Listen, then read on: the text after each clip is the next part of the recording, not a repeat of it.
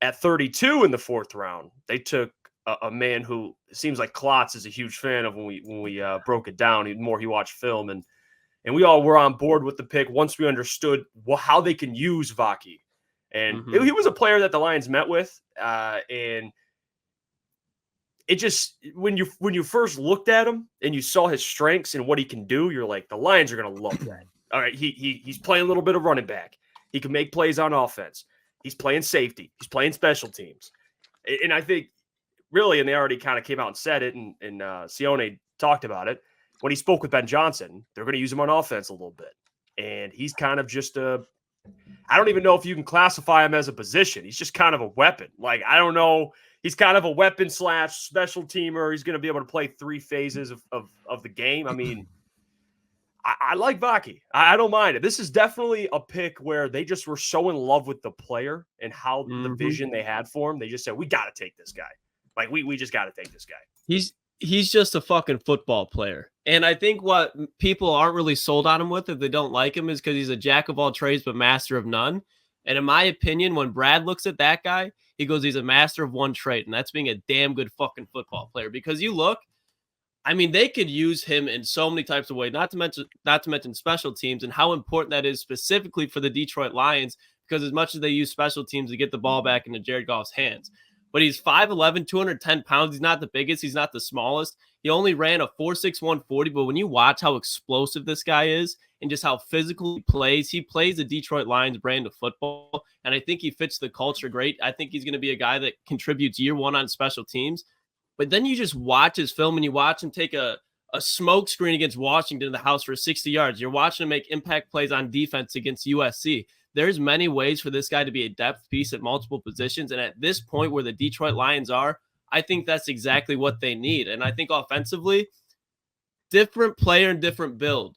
But when you look at how the 49ers manipulate Kyle Juszczyk, because he's not anywhere close to Christian McCaffrey as a runner, but he's still a good tight end if you want to put him at tight end. He's nowhere close to George Kittle. He's still a decent receiver, but he's nowhere near Deebo Samuel or Brandon Ayuk. I don't think Vaki's going to be lining up at fullback. But how they create those wrinkles to get Kyle Juszczyk the ball, it's not often.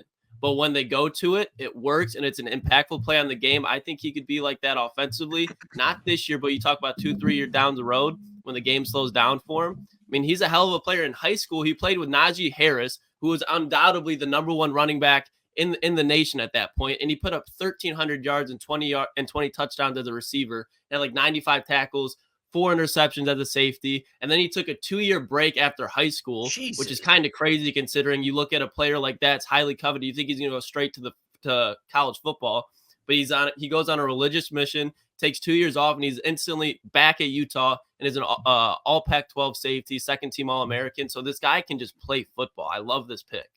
Well, you said he found God in the middle of it all. Yeah, he was like, I need to go. He needed to lock in. Boone. Vaki, I'm curious what kind of plan they have for him.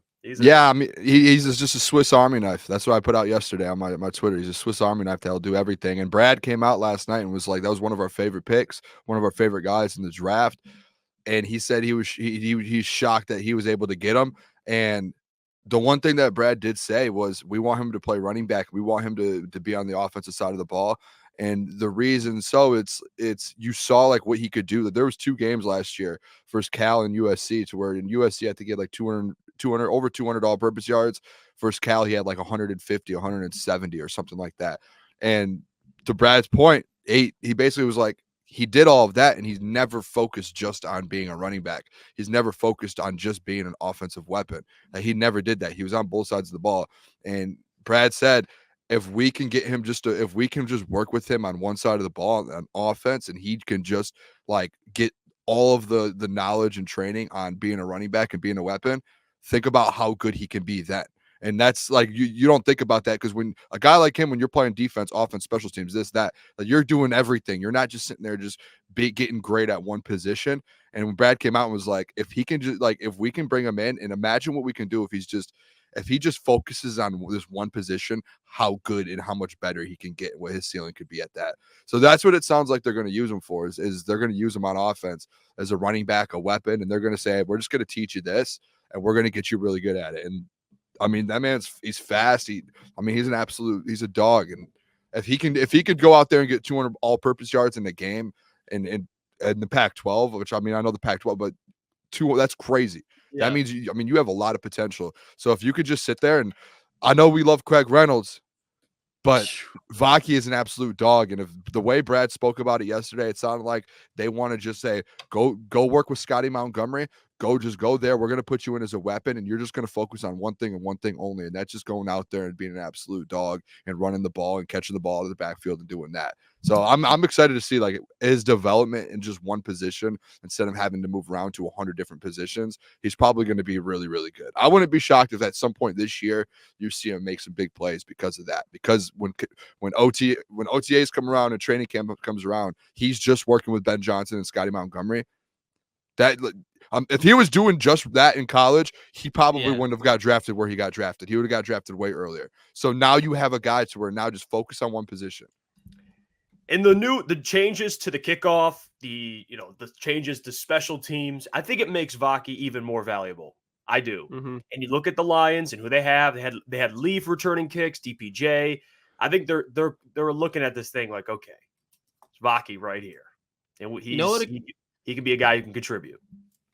It reminds me of like, sorry, I didn't mean to solo you instead of me, Boone, but it reminded me of like what Jamal Agnew kind of was. And obviously he was a cornerback, but he was put at receiver. He was put at kick returner, and they were finding ways offensively to get him the ball. They didn't have Amon-Ra St. Brown at the wide receiver, Jameson Williams, Samuel Porter. So obviously they need to rely on Jamal Agnew, but they even put Jamal Agnew at corner because I do think, Booner, I want to hear what you have to think.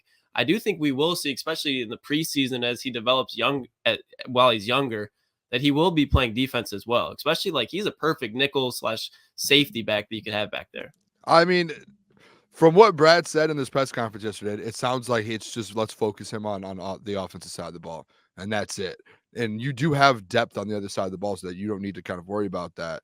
But maybe he does, just by the sounds of what Brad said, is the reason they drafted him and brought him in is strictly just we want him to focus on one thing and one thing only. That's the offensive side of the ball, and we want him to get great at that because that's where they see the kind of the potential.